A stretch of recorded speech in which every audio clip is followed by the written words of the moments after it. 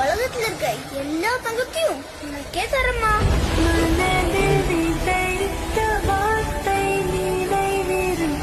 MG Ramachandran, திரு ரஜினிகாந்த் வரிசையில் அடுத்த super ஸ்டாராக உன்னை கொண்டாட உலகமே காத்திருக்கையில் அன்னைக்கு 2 சம்பவம் அந்த இடமும் அழிஞ்சது.